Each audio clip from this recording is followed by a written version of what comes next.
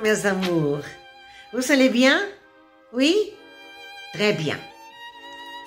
Notre 16e lecture. 16e, nossa 16ª leitura. E escolhi um querido do século XIX. Pois é, século XIX é minha paixão. Talvez eu tenha vivido lá, né? Quem sabe. E ele era um dos poetas considerados malditos. Pois é, nada de maldito. Eram jovens, a sociedade não os aceitava, escreveram obras-primas, que transtornaram todos os jovens poetas que vieram depois. Estou falando de Baudelaire, Verlaine, Rimbaud, Mallarmé. Hoje eu escolhi Arthur Rimbaud. Sim, queridos, que nasceu no norte da França, em Charleville, perto das Ardennes. E ele viveu, infelizmente, isso era uma das características dos poetas, de poètes maudits, viveram pouco, mas marcaram a vida de todo mundo que gosta da literatura francesa, ou nem precisa ser da literatura francesa, né? Eles influenciaram o mundo da literatura. Gente, assim, top. Mas não foram felizes. Nenhum deles. Coisa, né? Estava falando de Arthur Rimbaud. Ele viveu 37 anos, mas escreveu só durante 20. Aos 20 anos, ele já virou a vida dele, assim, completamente ao avesso. Ele começou cedo. Na escola, o professor de literatura o admirava, gostava muito, muito dele. E, lógico, a gente nota, né, como professor, quando os queridos já demonstram para que vieram, né? Então, Rimbaud, essa poesia de hoje, que se chama Le Dormeur du Val, que eu adoro, como toda a obra dele, ele tinha 16 anos. E numa das escapadas dele, ele era chamado, eu já vou logo dizendo, por Verlaine, de l'homme aux semelles de vent, o homem das solas de vento, porque ele não parava, ele estava sempre viajando, era muito inquieto, Também foi chamado de Le Génie Impatient, e também foi chamado de L'Ange de Charleville. Bom, queridos, que eu estava falando, né? Ele, então, morreu aos 37 anos, em Marseille. E essa poesia, não posso me perder, ele fez, por tudo que eu andei lendo dele, ele escreveu quando ele, numa das escapadas dele de casa, ele passou e viu a Batalha de Sedan. Ele viu, ele não participou, porque ele era muito adolescente, mas isso aqui, com certeza, ele deve ter assistido essa cena. Fortíssima, emocionante, muito bem escrita. Ele era, de fato, um gênio. Vocês vão ver, ele, infelizmente, né, como todos os poetas maudits, conheceu a marginalidade, vivia assim, afastado.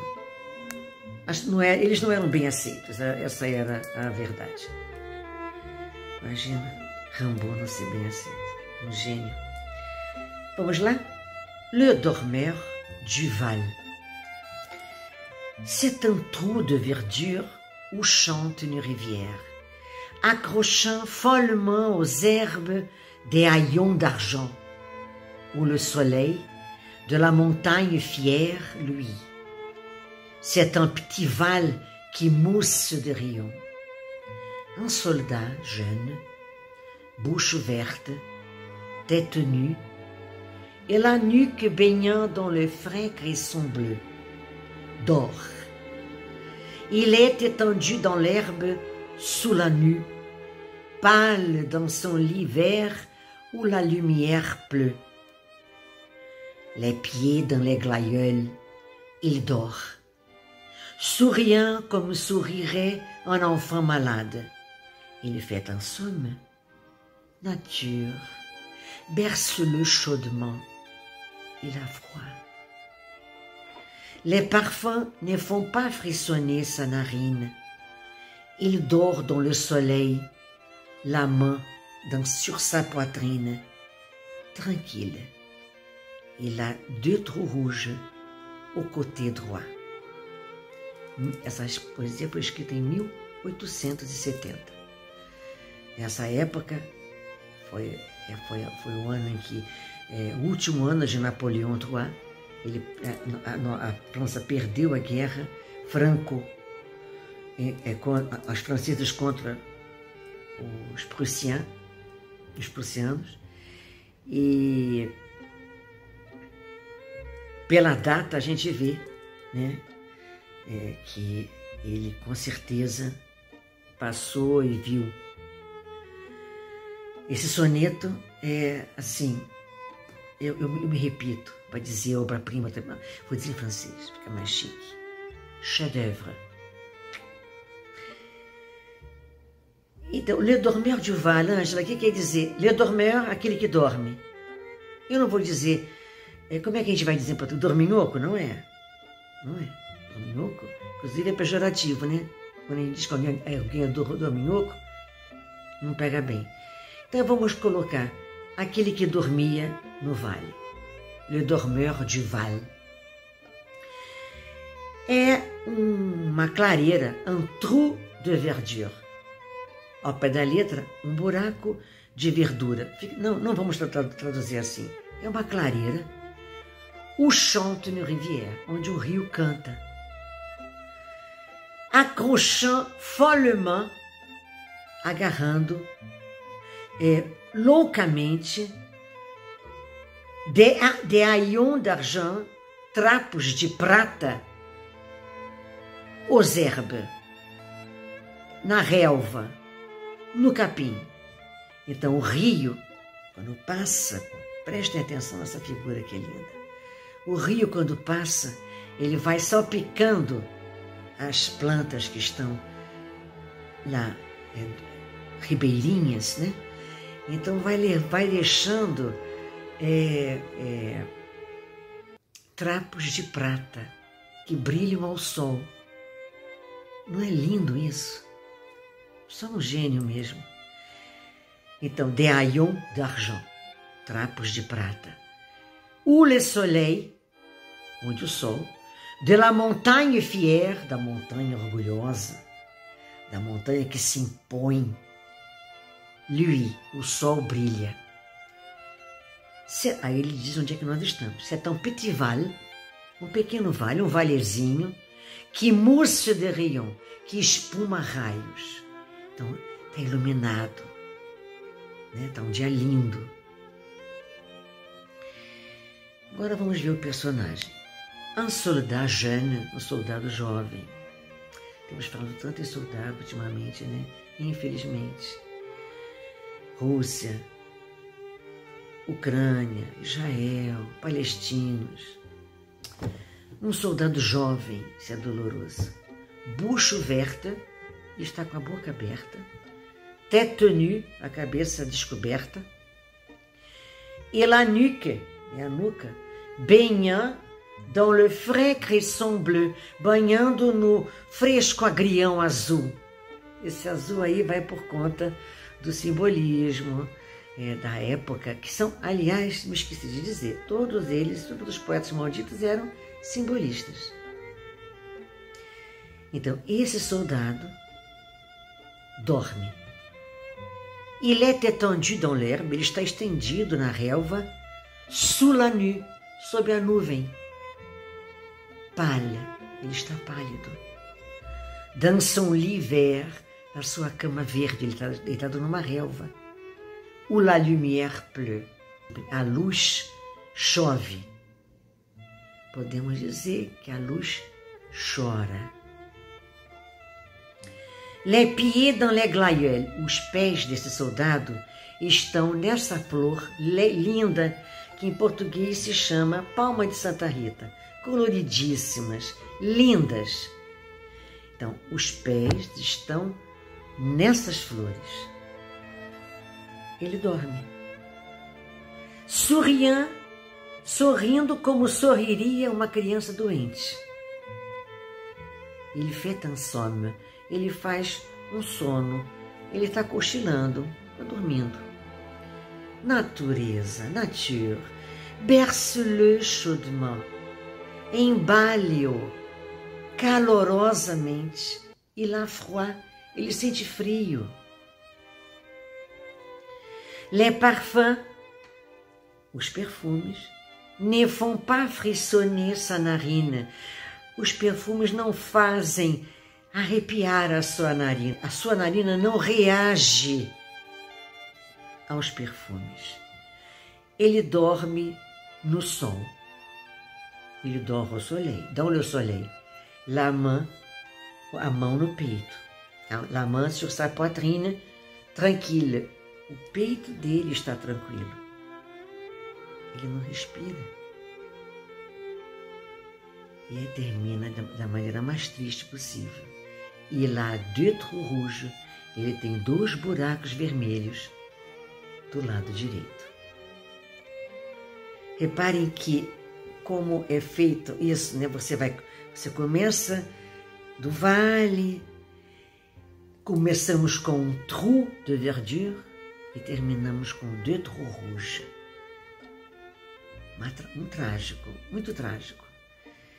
Então, ele começou, o Rimbaud, descrevendo o cenário e vai a um zoom até terminarmos no soldadinho que morreu por causa de uma guerra infame. Bom, guerra infame é um pleonasmo, né? Não tenho... Como é que vamos dizer? É isso. Não tem explicação. Esse soneto é um dos mais bonitos do Arthur Rimbaud, o nosso homem com as solas de vento, como a Verlaine o chamava. Vou dizer rapidamente, os dois, ele em Paris, ele conheceu Verlaine. Aliás, ele já havia escrito por Verlaine, ele já era conhecido, e o Verlaine então o convidou para ficar na casa dele. Verlaine já era casado, não por amor, mas por situação, né?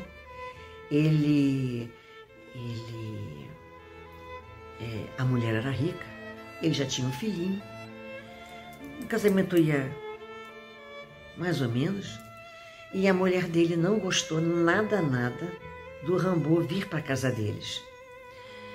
E depois de uma discussão feia, Verlaine e Rimbaud foram para Londres, iam dar aula de inglês. Passaram pela Bélgica e numa discussão um dia, porque depois eles, como eles brigavam muito, Rimbaud era muito impetuoso, e Verlaine então estava tão triste, tão desatinado, que atirou em Rimbaud. Eles se amavam muito. Esse tiro não quer dizer que o Verlaine o amava menos, mas foi um desespero, uma briga, né? Só eles que poderiam dizer isso de verdade. Então ele atirou, feriu o Rimbaud e ele foi preso. Verlaine ficou preso, ele escreveu coisas belíssimas na prisão. Verlaine, eu amo Verlaine. Tanto quanto Rimbaud, tanto quanto Baudelaire. Eu sou uma professora de muitos amores. E então, eu não sou muito chegada a Mallarmé. Com 73 anos, acho que eu vou mentir para vocês? Mas Rimbaud, Verlaine, Victor Hugo, Baudelaire, meu Deus, Chateaubriand, Lamartine. Bon, século XIX. On ne parle que du 19e. Aí Rimbaud vai visitá-lo na prisão, deixa com ele poesias para ele publicar, para o Verlaine publicar para ele, e ele vai embora. E vai consumir a saúde, vai se consumir no sol forte do Iêmen e depois da Etiópia, da Abissínia. Lá vocês não podem imaginar como uma pessoa que escreve o que ele escreveu, este iluminado de Deus, ele tem atividades completamente diferentes. Ele é traficante de armas, ele é comerciante, ele é vendedor de café. Ele acaba muito doente, e vai para Marseille, onde a família vai para lá para ajudá-lo, mas ele acaba morrendo em Marseille muito doente. Foi um desperdício imenso. Bom, queridos, leiam, se dediquem a ler as poesias de Rimbaud, ou desses todos que eu falei. Vocês só têm a ganhar, só. Tchau, queridos. Espero que tenham gostado.